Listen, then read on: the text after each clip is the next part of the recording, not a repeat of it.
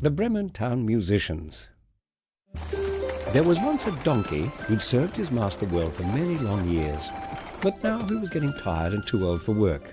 "You're not much use to me now, old-timer. I'll have to get rid of you soon, I will." The old donkey didn't like the sound of that at all. So one day, when the farmer left the gate open, he trotted out onto the road and kept on going.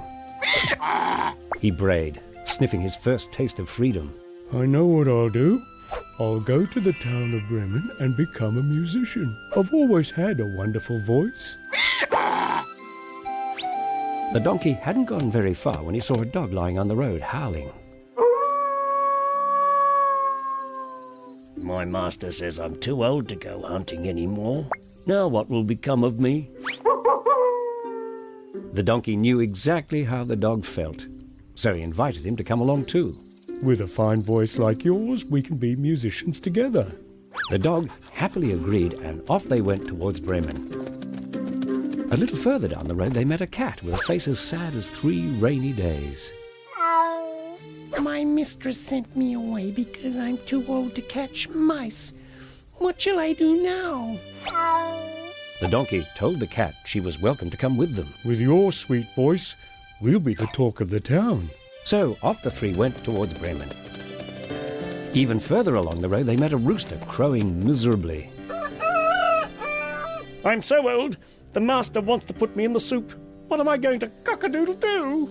Naturally, the donkey invited the rooster to join them. "After all, you have the strongest voice of all of us."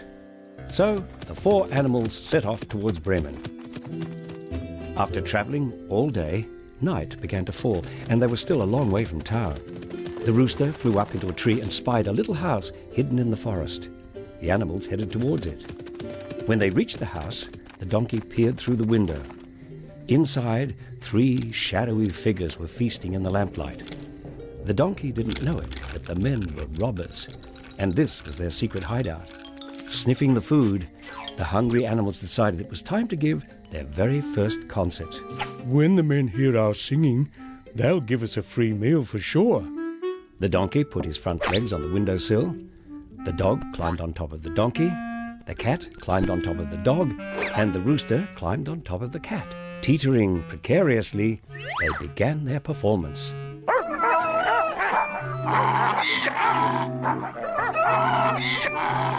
Hearing the dreadful din, the robbers thought there was some terrible monster outside. Then the animals started to topple and they fell in through the window. The robbers didn't wait to see who or what was attacking them. They ran for their lives. This wasn't quite the reaction the musicians had been hoping for, that the men had left all their food behind. "Oh, they must have liked our show. They left all this food for us." The animals ate until they were bursting. Eventually, feeling wonderfully satisfied, they settled down to the sweetest of sleeps. Meanwhile, out in the cold forest, the robbers were having second thoughts about abandoning their cozy hideout. They decided to send a scout back to see what was happening. "Me? Why me?" "Go on." Nervously, the robber crept back into the dark house. Seeing the cat's eyes glowing beside the fireplace, he thought they were burning coals and tried to light a match on them.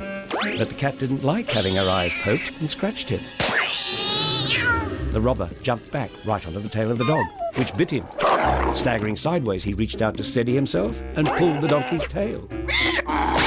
Whack! The donkey kicked him right across the room to the rooster, who screeched in his ear. The startled robber fled as fast as his legs could carry him. When he reached the others, he told them he'd barely escaped with his life. "First a witch scratched me, then a lion bit me, then a monster hit me with a club." The other robbers cringed in fear.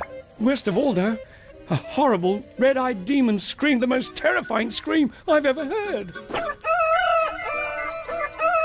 Hearing that, the robbers took off and never returned to the house again.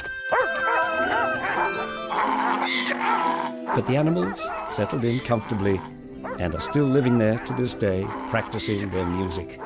They're still hoping to go to Bremen. One day, they might even get there.